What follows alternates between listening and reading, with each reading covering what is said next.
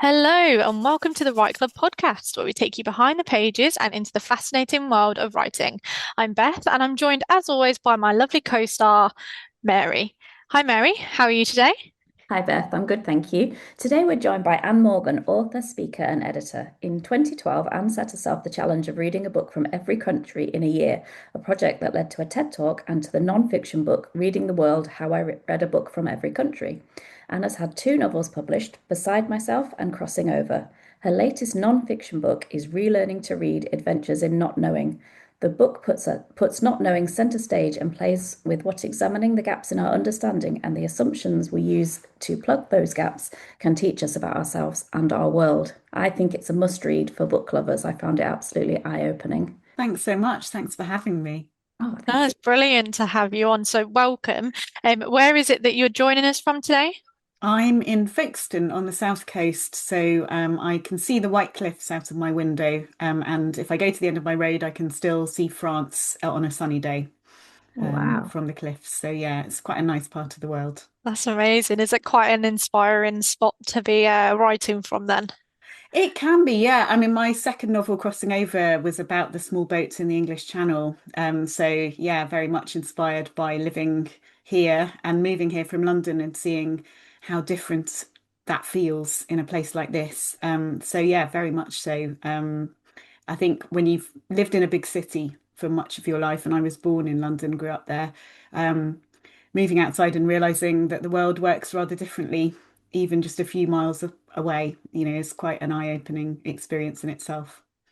Yeah, I can imagine that being a very different experience, going from them Yes. to very different places. Yeah, absolutely. I mean, it's an interesting part of the world. Like everywhere's got lots of stories, but this is a place that has lots of people who've passed through from different parts of the world, but also has lots of communities with sometimes challenging agendas or different agendas, and particularly with, the rhetoric we've been seeing in recent years around immigration and things like that. This is a place where that's really tested between human beings, between people, and because for me so much of my work is how storytelling can bring us together across all kinds of boundaries, and how storytelling is a universal human impulse that unites us all, that regardless of our politics or our religious views or where we live, we all love stories. We all share stories. We're driven by stories. We're creatures who share stories. And so that is something that I've found really important to hang on to and to try and find ways to use to bring people together and to help us remember our common humanity. Is that part of the reason that you wanted to start the project for Reading the World? To be honest, it started from a really naive realization that my reading had been incredibly narrow, actually, for the first nearly 30 years of my life. I was someone who'd always wanted to be a writer. And yet, when someone asked me a chance question about my reading habits, I at first thought, oh, I'm a really international person. I speak, I learned languages at school. I've traveled quite a bit. Of course, I read widely. And then I looked at my bookshelves and realized actually that wasn't true. Almost everything on those shelves was written originally in English, mostly by British and American, maybe Irish writers, maybe a few South African and Indian writers and Australian writers, but that was about as far as it went.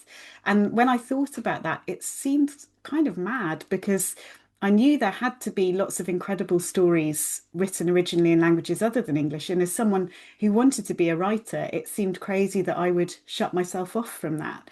So it was really, that was the starting point. And then it so happened that 2012, I mean, the world felt very different back in 2012. And for the UK, it was a very international year. We had the Olympics and we had the Queen's Jubilee, one of the many Jubilees. And as a result, lots of people were coming to visit. And it felt like a really outward looking year. So it seemed to me like the perfect time to try and meet the world through books and to see if I could read a book from every country. And when I started to think about that, it threw up all sorts of interesting challenges about, well, how many countries even are there? Or what does it mean to say a book is from a place? I mean, does that mean it has to be set there? Does it mean it has to be written by someone who was born there or who lives there now or written in a certain language? And also, can you even get books from every country, translated into English from every country. Is that possible? So there were all these kind of practical challenges. And I was also working at the time 5 days a week. And so fitting all that reading around that and the research and the blogging, because I did the project on a blog, and people all over the planet got involved and helped me find things, in some cases, even translated things specially for me to read. I mean, the most amazing example was the book that I read from Sao Tome and Principe, which is a small African island nation where Portuguese is one of the official languages. And I could find absolutely nothing that would vaguely count as a book that I could say was from there for my project. And I was pestering anyone I could think of and online, anyone I heard of who had any connection to the country. I was getting in touch with charities working there, students on their gap years, doctors on placements, everyone. I was just trying to find someone who could suggest something that would work. And in the end, my other half, my husband, as he is now, said, well, why don't you see if people will translate something for you? And I thought, no one's going to want to do that. He would, he's going to give up their time to help some random person in London, do this self-indulgent quest. But actually, amazingly, I put it on social media, and within a week, I had more people than I could involve in the project, more Portuguese speakers who were willing to help than I could actually give stories to.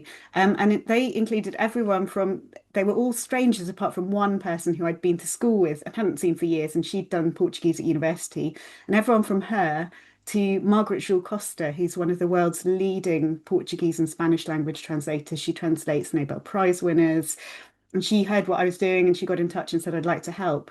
So I found this collection of short stories by a writer called Elinda Beja and got enough copies to send one to each of these 9 volunteers and divided it up, said, could you do this story? Could you do these two or whatever? And they all stuck to their word. Within 6 weeks, I had the entire collection translated to read. And the exciting end of that story is that this year, a Canadian publisher, Archipelago Press, has published that collection.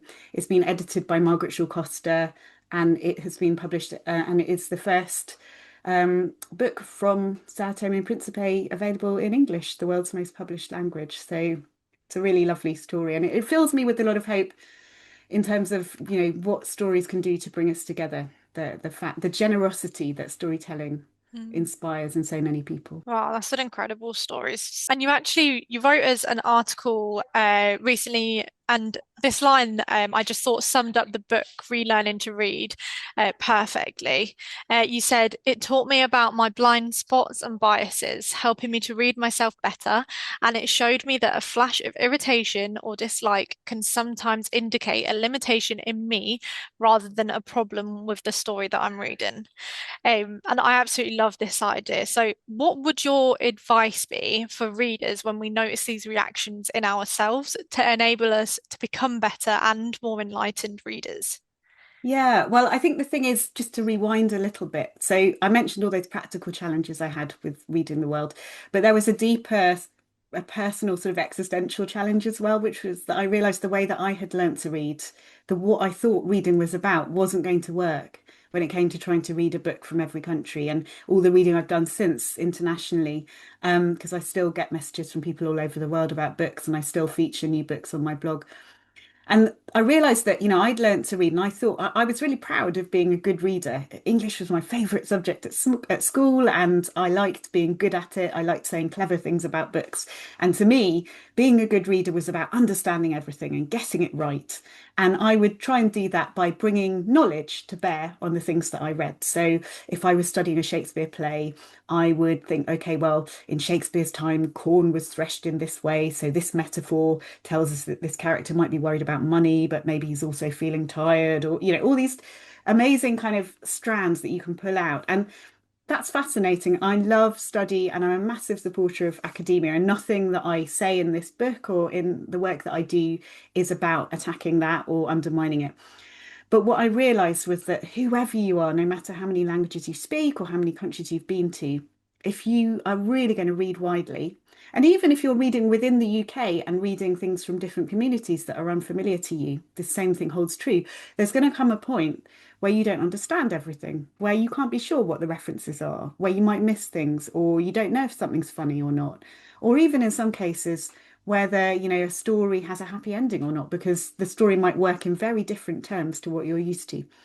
So for me, what I think is the main thing, to go to your question at last, having rambled on, is I think it's a case of slowing down. So particularly these days when everything moves so fast, we want to solve things quickly. We want to jump to the answer. And when you find something that kind of doesn't sit right for you or bothers you or that you don't understand, you can often kind of try to solve that really quickly, jumping on your phone to Google, or, or else you tell yourself that knee-jerk thing of, oh, there must be something wrong with this because it's annoying me. Sometimes we hide the fact that we don't understand from ourselves because we feel a bit ashamed about it. And so we tell ourselves there's something wrong with this book, or it's not for me, I'm not the right reader. And actually, it's about slowing down and saying to yourself, okay, that's interesting. Something about this, there's a disconnect here. Something about this is jarring for me, or it's catching, it's like a rough edge that my thoughts are getting stuck on. So, what is it about that? Is it that this voice is speaking in a way that I'm not used to seeing characters like this speaking in? Is it that the writing is working differently? And if so, what is it about the way that language is working here that's catching me off guard? What does this tell me about what I normally expect stories to do, or what voices I normally listen to or think are important? And sometimes the answer doesn't always come straight away. And it might also be that it's not a very well written book. That's always a possibility.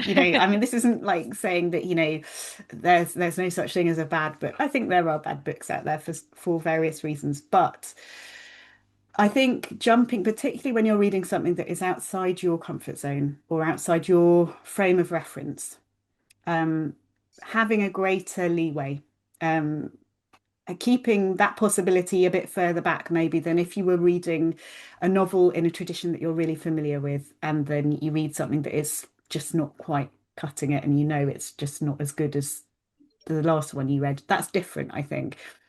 But when you're reading something that is, you're aware is going to be a little bit outside your familiarity, being a bit more open to sitting with those questions and being prepared to accept that not everything can be Googled, not everything can be explained. And it might be that some things you don't solve straight away or even for a long time. Sometimes books answer their own questions. If a question gets thrown up, is this character a good character, or is this normal in this culture?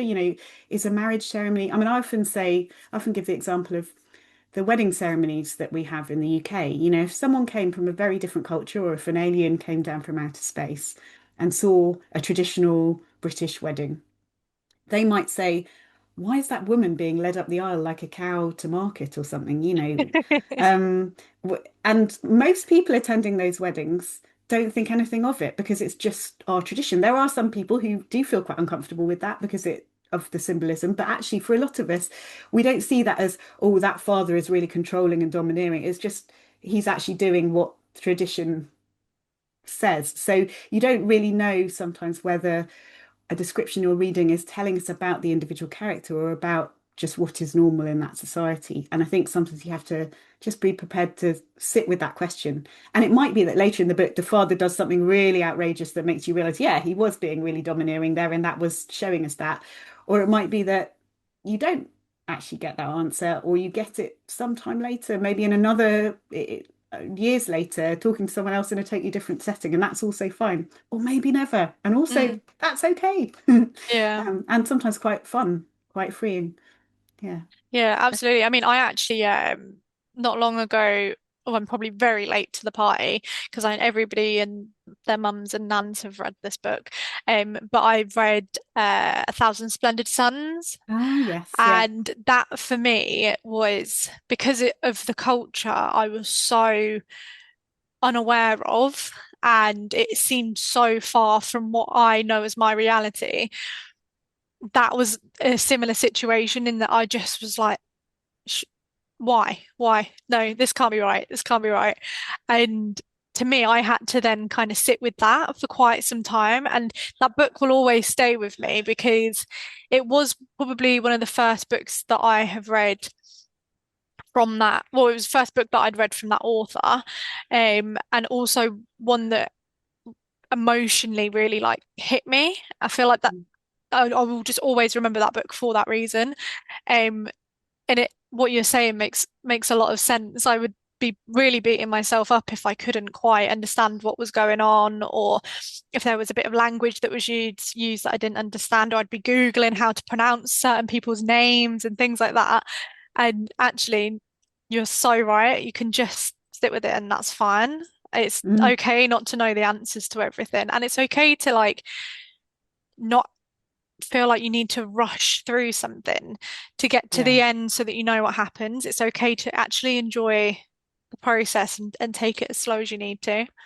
Yeah, and I think this is an issue that we English speakers particularly have because many of us, if we grow up in monolingual households in the UK or countries like the UK where English is the main language, the official language, we're not really very used to operating in spaces where we don't understand everything. There are loads of people around the world who live in societies where several languages are at play a lot of the time, and they might speak one language at home and a different language at school and a different language at work, or they might have to do paperwork in a different language. I was in India a few years ago, and there was a driver I had driving me to the literary festival I was at that year who spoke 8 languages. And he didn't speak them all fluently, but he spoke them well enough to get what he needed to done. And because of that, he was really comfortable with gaps.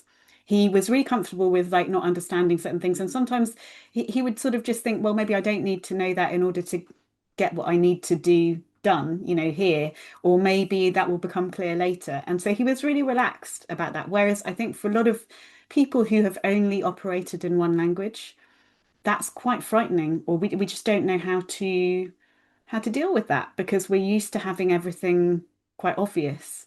And so actually training that muscle, training that ability to be a little bit sort of uncertain and stand on a slightly unstable floor at times, training your core muscles so that you can hold your balance a little bit in unstable settings. So that's quite rewarding actually. And the more you do it, the easier it becomes. I guess it's a partly an ego thing as well, isn't it? Because like you said before, it's nice to be right and to feel clever and actually Yes. saying, well, I don't understand. Can you explain that to me? Or can I need to do some research before I know what my opinion about this is.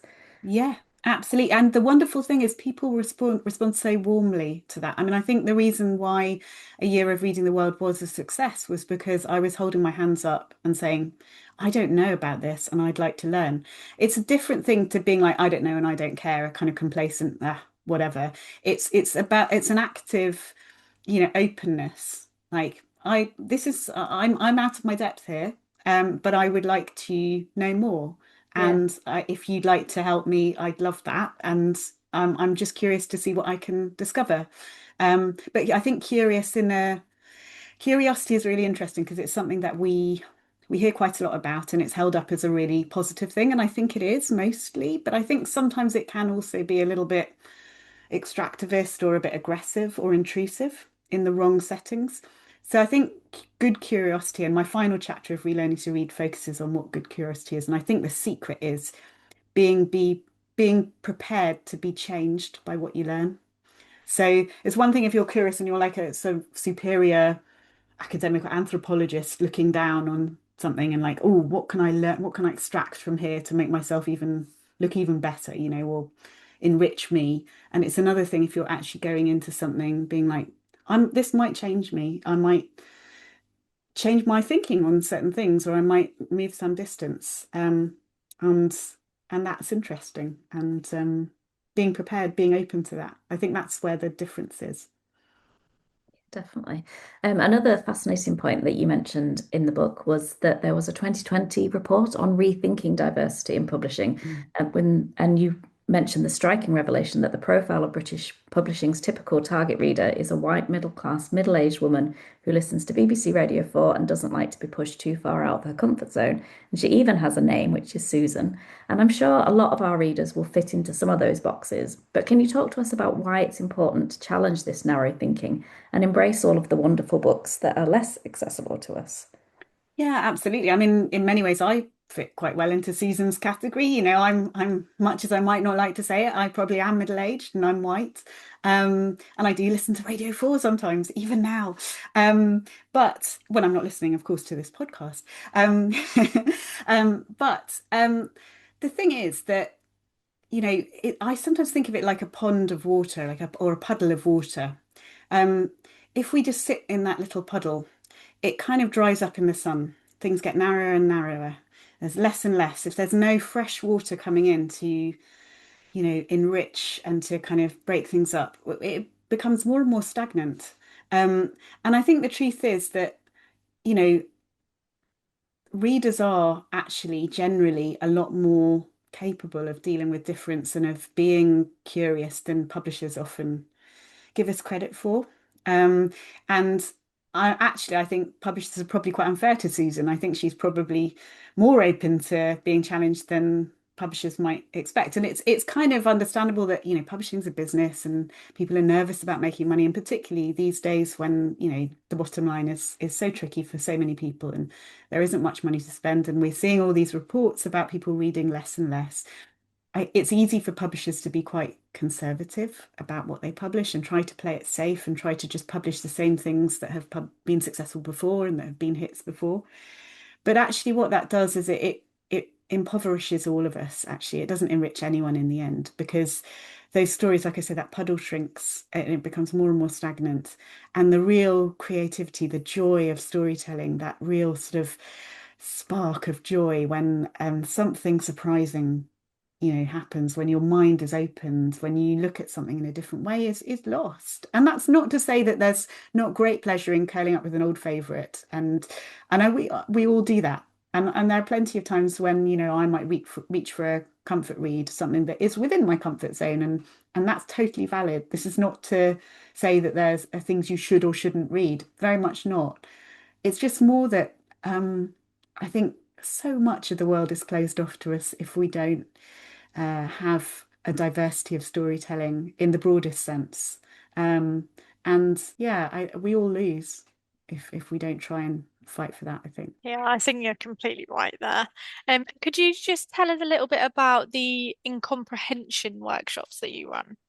Yeah, so like I said, this big fear for me of, oh, what am I going to do? Writing, so reading the world and having to blog about each book that I read back in 2012 with only 1.87 days for each book um, was really challenging. And this massive fear of I'm going to have to write about things I don't understand and I'm going to look really stupid.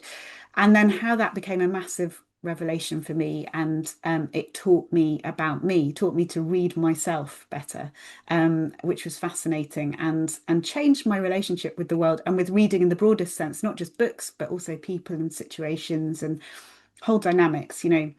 Um, so I decided to sort of take the comprehension exercise that we'd all done at school, which I think is one of the things that's, for me, it exemplifies this idea of trying to read by understanding everything, because it's about how much you understand. And, you have to define, what does this word mean, or rewrite this sentence in other words, or explain what's going on here. And that's all really useful and important stuff. But it carries the implication that there's one right way of reading. And if you can't explain everything in a text, you're failing.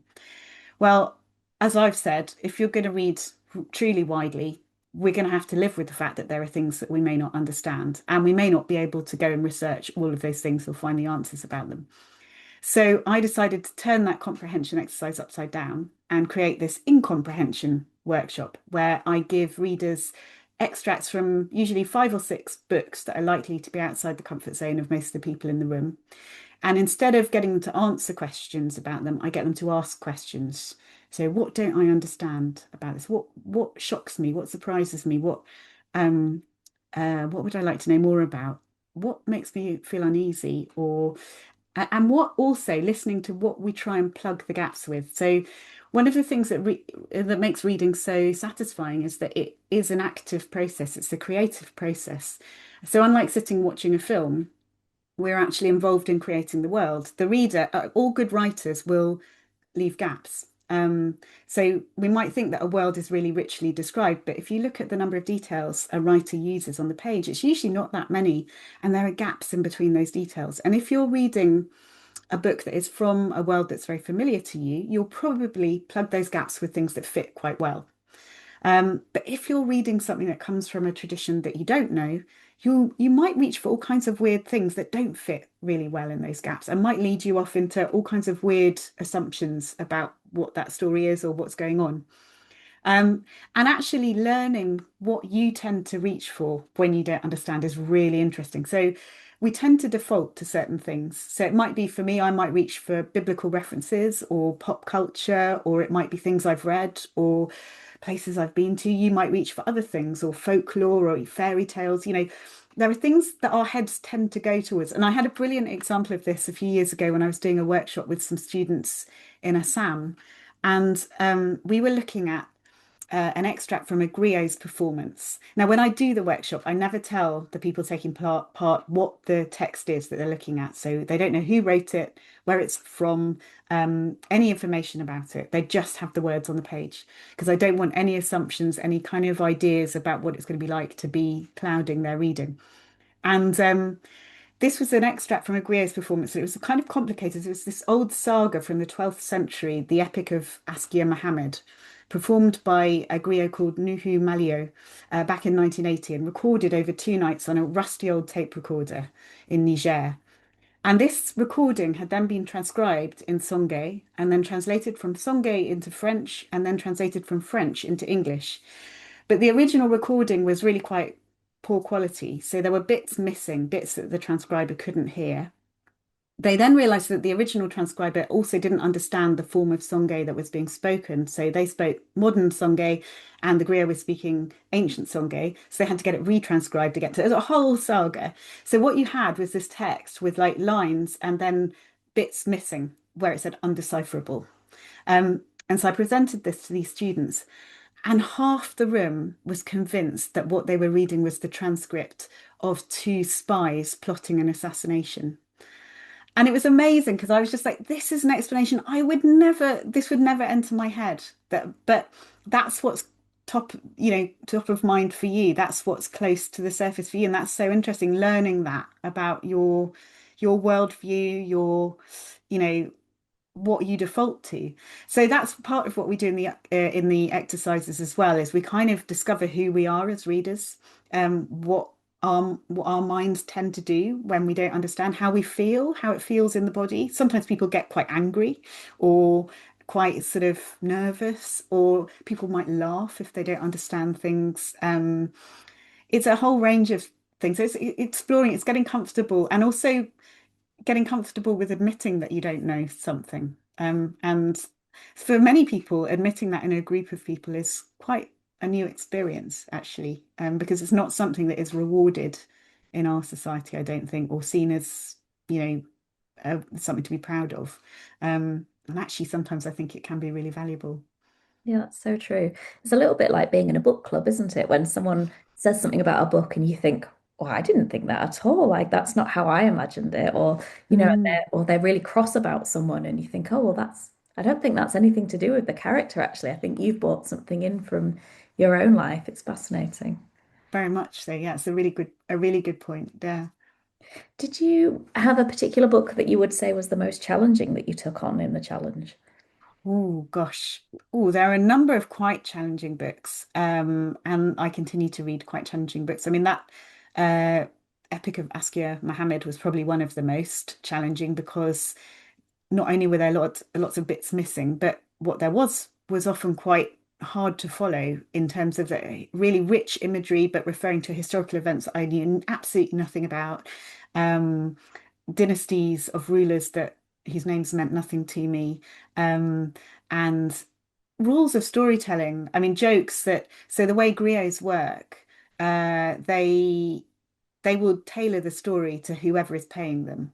So you never get the same story twice. So that's one of the reasons why writing it down was kind of a bit it sort of broke the form in a way because the griot will praise the person who's commissioned them, or they will introduce jokes to flatter the people that have commissioned them, or whatever. Or they'll introduce new cultural references. So these sagas are constantly being updated with references to air travel, mobile phones, all kinds of things creep in. Um, so it's a like a living text all the time, and they're remembered rather than written down. So that experience, reading that and reading this thing that wasn't quite supposed to exist in that form, was interesting. There was another book called The Marshall Islands Legends and Stories, which is a collection of stories from the Marshall Islands. And Marshall Islands are interesting because there the literary tradition is, again, an oral storytelling culture. And you have to get permission from the chiefs of each community to hear the stories. And I at first thought maybe I was going to have to travel there and try and get permission to hear some stories. But luckily, there's an actor in Hawaii who had made this trip, Daniel Kellen. He'd spent 10 years going to the Marshall Islands every summer and going to different, because there's something like 240 different islands that make up this nation, going to these different communities and listening to the stories and recording them and getting the trust of local people to translate them. And he was trying to present them as close to an oral storytelling experience as he could. So he had pictures of the storytellers and he included stage directions to describe how they were moving and local artwork. And it was a really unusual book. And in fact, this will show you how unusual it was because I was on the tube reading it in London one evening, like commuting home from work, trying to get my day's reading in. And like if you've ever been to London, you'll know well that no one speaks to each other on the tube. That's like a big taboo. But this woman sitting next to me tapped me on the shoulder and said, "What's that you're reading? That's the most unusual book I've ever seen." And I thought, wow, it must be quite an unusual book for someone to, brave that big taboo of speaking on the tube to a stranger. So yeah, that was an interesting one in terms of how do I read this? What am I supposed to be picturing here, and does this actually work when it's a performance that is coming to me on a page? It's a strange experience. But there were all kinds of stories that worked in very different ways, and yeah, lots of challenges. Yeah, I can imagine. It sounds like a really tough but fascinating challenge there that you managed to get through. So congratulations for Thank that, you. because that's an achievement in itself. But would you be able to just tell us a little bit about your own route to publication? Yeah, so I always wanted to be a writer, and after I finished my English literature degree, I went and did a creative writing master's um, at the University of East Anglia. And I spent my 20s writing unpublishable rubbish. Um, I was not a good writer for a long, long time. I really wanted to write stories, and I worked part-time, and so that I had the time to try and write. And I kept just not writing good stuff. It just wasn't working. I didn't really know why.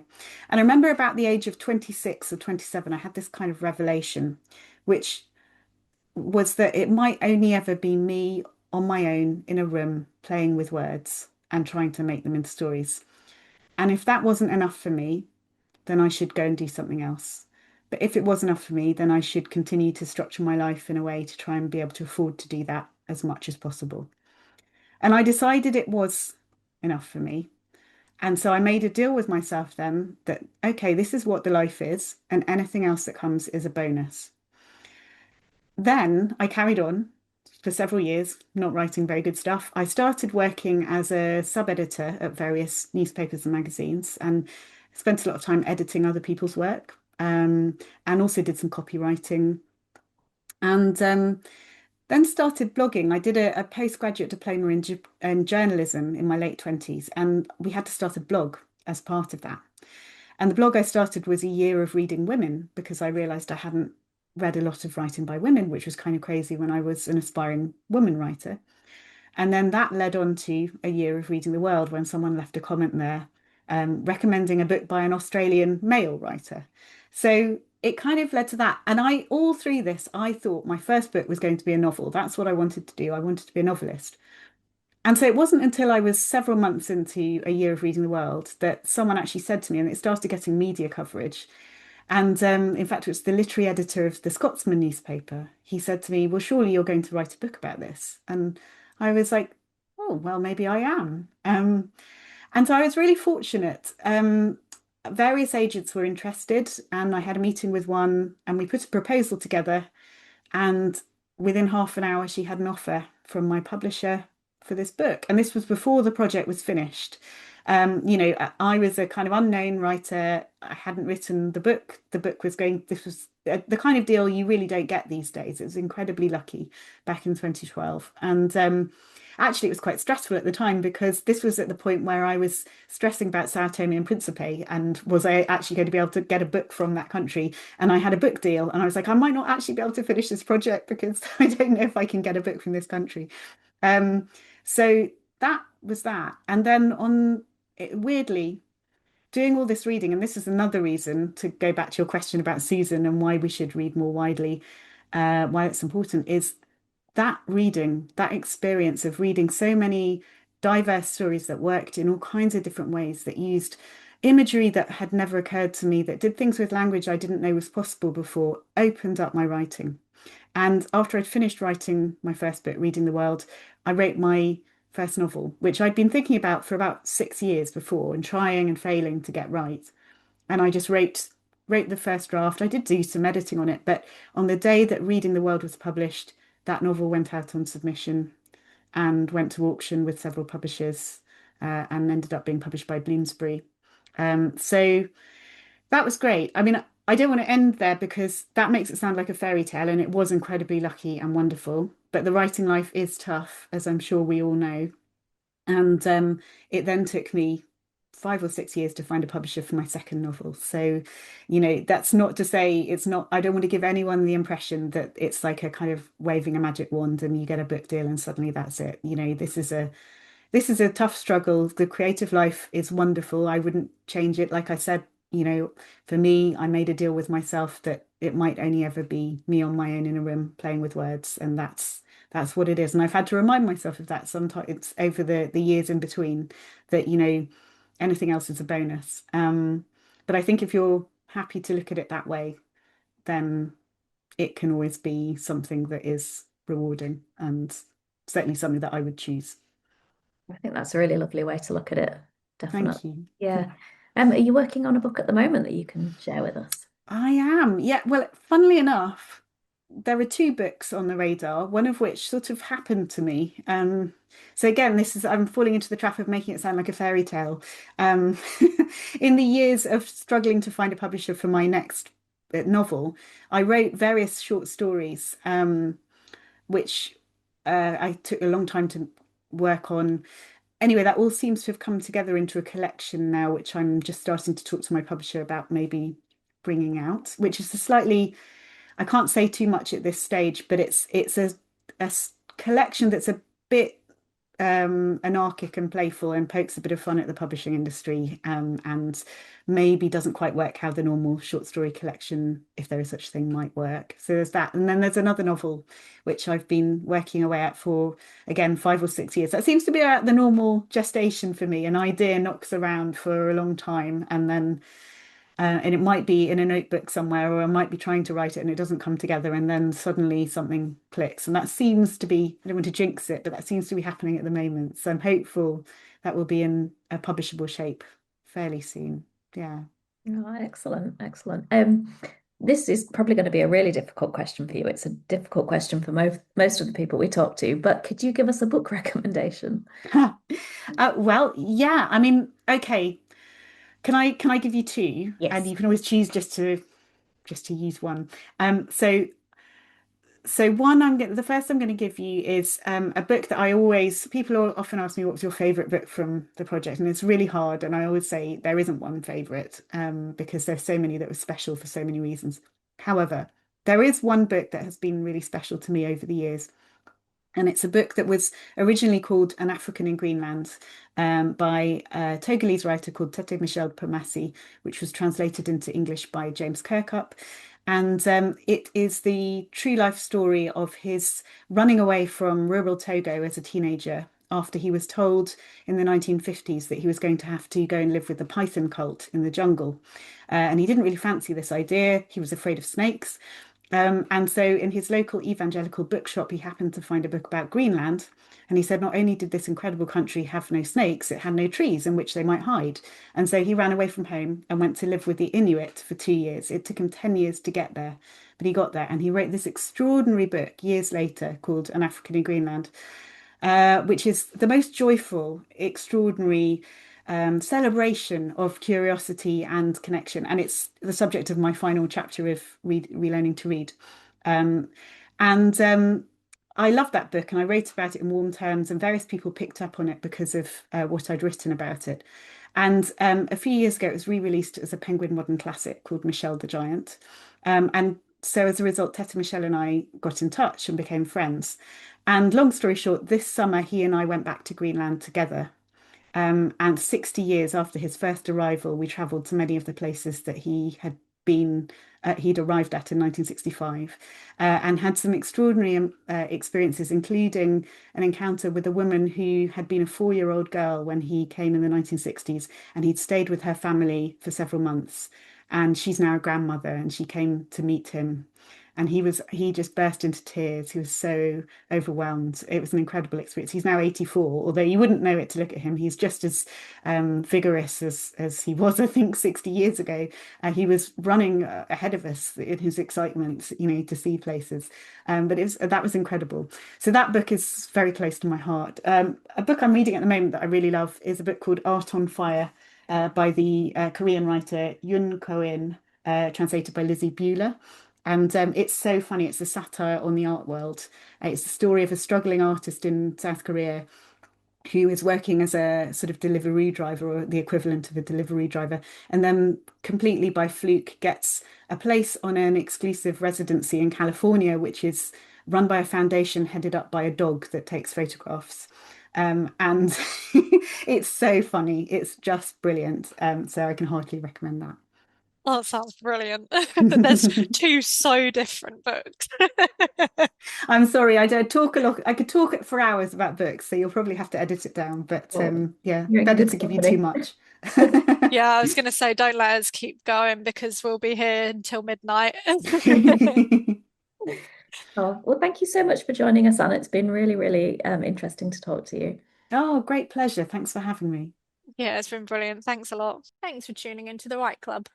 We hope you enjoyed this episode and feel inspired to keep writing. Don't forget to sign up for our newsletter at Writers Online, your go-to for writing tips, competitions, and exclusive updates. Plus, you'll never miss an episode of the Write Club. Until next time, happy writing.